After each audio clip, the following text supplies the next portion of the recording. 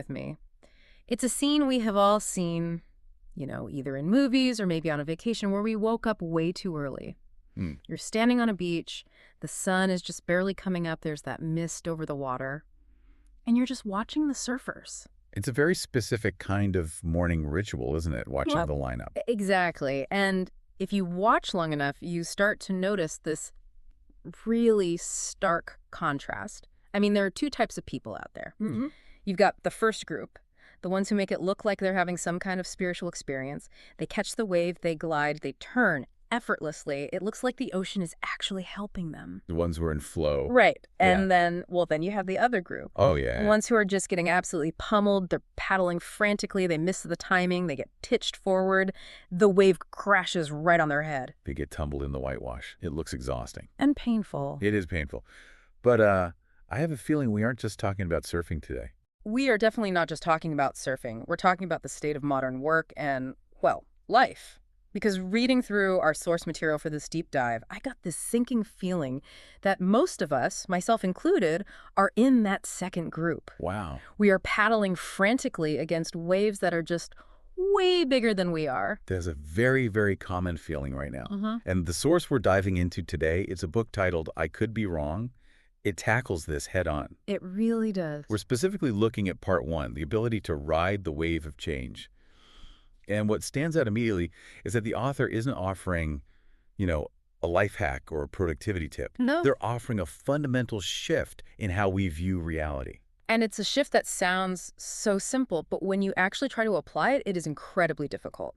The core mission of this deep dive is to explore this surfer mindset and this very provocative idea that admitting you don't know what's going on, admitting that I could be wrong, is actually the ultimate superpower in the 21st century. It really challenges our conditioning. I mean, we're trained to believe that expertise equals certainty. Totally. If you're a leader or an expert or just a competent adult, you're supposed to have the answers. Yeah. You're supposed to look at the horizon and say, that is what will happen. Right. If I go into a meeting with my boss and say, I have no idea what's going to happen next quarter, I feel like I'm going to get fired. Of course. We reward the person who bangs their fist on the table and screams, "This is the way." We do. We gravitate towards certainty because certainty feels safe. Mm-hmm. But the argument this book makes is that in an environment of high chaos, which is what we're living in, certainty is actually a liability. A liability, how so? It makes you rigid. And if we go back to the surfing metaphor, what happens if you're rigid on a surfboard? You snap, or you don't adjust to the water and you fall. Precisely. The ocean doesn't care about your plan. The wave is going to move how it moves. If you lock your knees because you decided 10 seconds ago that the wave should break left and it breaks right, you're going underwater. Yep. The text identifies that the people who thrive, the gliders, they aren't necessarily the bravest. They aren't even the strongest swimmers. That was the surprise for me. You'd think it's about grit or something. It's not grit. It's what the author calls humble curiosity. It's a willingness to experiment and, crucially, a lack of rigidity. A lack of rigidity. I want to stick a pin in that because the book uses this phrase that really stuck with me. Which one? The ocean isn't waiting for you to feel ready. That's the line. It's brutal. It feels like a direct attack on my anxiety. I'm always waiting to feel ready. I'm waiting for the market to stabilize or for the new software to be perfect or for things to calm down. Right. But the text is saying that calm down isn't happening. No, it's not. And the book takes this a step further with a really powerful analogy about the shoreline. Yeah. When we look at the AI era or just the speed of business today, it feels like we've paddled out into a swell that is bigger than anything we've seen before. And when we look back, The shore is gone. the shore is gone. That gave me actual chills because the shoreline represents safety, right?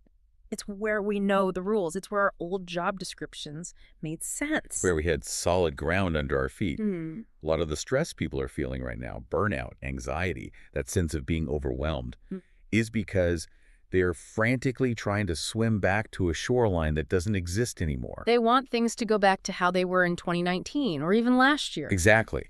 But the waves are happening out there. Yeah. Fighting the change knocks you down. Flowing with it is the only way to stay upright. Yeah. But, and here's the friction point, how do you actually do that? Right. Because it sounds great on a deep dive to say just flow with it, But when your industry is being disrupted or your budget gets cut, flowing feels a lot like giving up. That's my question. Is this just passivity? Oh, well, whatever happens, happens. Because that does not seem like a good strategy either. It's definitely not passivity. Surfers aren't passive. They are intensely active. They're constantly making these micro adjustments, but they're adjusting to reality, not to a fantasy of what the water should be doing. And the book gives us a very specific tool to achieve this mindset. It comes from a story about the author's friend. The scribble story. I loved this. It's such a relatable moment. The author is having coffee with a friend.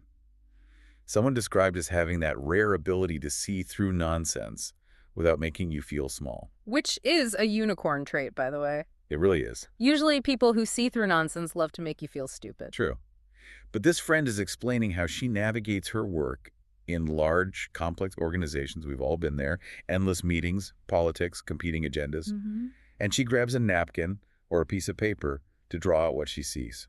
Now, normally if someone draws a company, they draw, a pyramid or a flow chart. Boxes and arrows. Very neat. Very neat. Here's the VT, here's the director, here's the workflow. But she doesn't draw that. No. She draws a mess. Complete disaster. Tangled lines, overlapping circles, just chaos. No clear beginning, no clear end, just a big, hairy scribble. And she says, this is what I see when I look at how things actually work. I feel like I should frame that drawing and put it in my office, because that is what Tuesday afternoon feels like. It is. You think you're in a structured environment, but really you're just navigating a scribble. And here is the breakthrough. She looks at that chaos, which represents the reality of the world, the market, the team dynamics. And she says, you know what helps me deal with this? What? I remind myself, I could be wrong. I could be wrong. That is the mantra. Okay, play devil's advocate with me for a second, because when I first read that, my knee-jerk reaction was, that sounds weak. It sounds like insecurity. If I'm a consultant or a surgeon or a pilot, I don't want to be walking around thinking, I could be wrong. Isn't that just imposter syndrome with a different name? That is the most common objection, and it's a crucial distinction the book makes. She is not talking about self-doubt. She isn't saying, I am incompetent. She isn't saying, I don't have skills. So what is she saying? She's saying, my map is not the territory. She's acknowledging that no matter how smart she is, her perspective is limited. There are always facts she doesn't have. There are always motivations she can't see. By saying, I could be wrong, she is keeping a door open in her mind. So it's a tool for openness, not a statement of incompetence. Exactly. Think about the alternative. Think about the person who walks into that scribble of an organization convinced they are 100% right. Oh, boy. They have the solution. They know what the problem is. What happens to that person? They usually crash and burn because they bulldoze people or they solve the wrong problem. Right. They interpret every piece of data as confirmation that they are right. They stop listening. The I could be wrong mindset effectively hacks your brain to stop doing that. How? It forces you to look for contrary evidence. It forces you to ask better questions. The book mentions that this phrase actually softened the author in their personal relationships too, which I found really interesting. Did that resonate with you? Oh, big time. I mean, think about the last argument you had with a partner or a friend. Usually, I'm digging in, I'm gathering my evidence, I'm preparing my closing statement, I am committed to being right. And the other person is doing the exact same thing. 100%. Two rigid surfers about to collide. But if I pause and think, okay, I have a strong feeling here, but I could be wrong about why they did that, the energy changes instantly. It drops the weapons. Yeah. It turns the conversation from a battle into an investigation. Help me understand. Replaces, here's why you're the worst. Exactly. And in a business context, the book argues this is a strategic necessity. It prevents you from betting the entire company on a single rigid prediction. It allows you to hold your plans loosely. That's the phrase. Hold it loosely. Have a plan, but be ready to drop it if the wave shifts. Which brings us to the elephant in the room. The biggest wave we are all staring at right now. Artificial intelligence. You have to talk about it. The book explicitly connects this mindset to the AI era. And I think this is where a lot of listeners are going to feel this in their gut. Because when it comes to AI, I feel like I'm seeing that binary thinking everywhere. It's extremely polarized. You have the techno-optimists who think AI is a magic wand that will solve climate change and cure cancer by Thursday. Right. And then you have the doomers who think it's going to steal our jobs, ruin creativity, and maybe end civilization. It's either a god or a demon. There's no middle ground. And that binary is a form of rigidity. If you decide AI is a demon, you refuse to learn it. You ignore the tools that could actually help you. You lock your knees. And if you decide it's a god, you blindly trust it and probably make huge mistakes because you aren't checking the output. Exactly. So let's apply the mantra. Imagine a graphic designer or a software coder who is terrified right now. Yeah. They're looking at these tools and thinking, my career is over. I am obsolete. It is a rigid prediction. That's the wave crashing on their head. It is. Now, I could be wrong. Okay, so I think my career is over, but I could be wrong. What opens up in that space? Well, if I could be wrong about being obsolete, then maybe my job just changes. Maybe I stop being the person who writes every single line of code and I become the person who architects the system. Or maybe I become an editor. Suddenly you have options. You move from fear, which is paralyzing, to curiosity. You start testing the tools to see what they can actually do, rather than assuming you know what they will do. You find the middle path. You use the technology without being used by it. That is such a healthier way to live, but it requires that ego death. You have to be willing to look at a situation and say, I don't know yet. And that is uncomfortable. We have to validate that. Our brains crave closure. We evolved to categorize things quickly. Lie and run, bury, eat. Right. Ambiguity causes stress. But the modern world is pure ambiguity. The scribble is nothing but ambiguity. So if we want to survive the scribble, we have to get comfortable with the discomfort of not knowing. We have to get comfortable with being a learner rather than a knower. The book challenges us to treat our convictions as hypotheses. Hypotheses. I believe this marketing strategy will work, is a hypothesis. I believe this team member is lazy, is a hypothesis. Test it. Be willing to find out it's false. I love that framing. It turns life into a laboratory instead of a courtroom. Yes. You're not on trial. You're just running experiments. That's beautiful. Life is a laboratory. So we've got the surfing metaphor, don't lock your knees. We've got the scribble organizations are messy and illogical. Right. And we've got the mantra, I could be wrong. It's a complete toolkit for resilience. The author actually throws down a challenge at the end of this section. Yeah. It's not just theory. They want us to use it. Right. And I would extend that challenge to everyone listening. The next time you are in a high-stakes conversation or even just a heated debate about where to go for dinner. So tacos versus pizza debate is high stakes in my house. Crucial stakes. Yeah. But try it. Just say it out loud.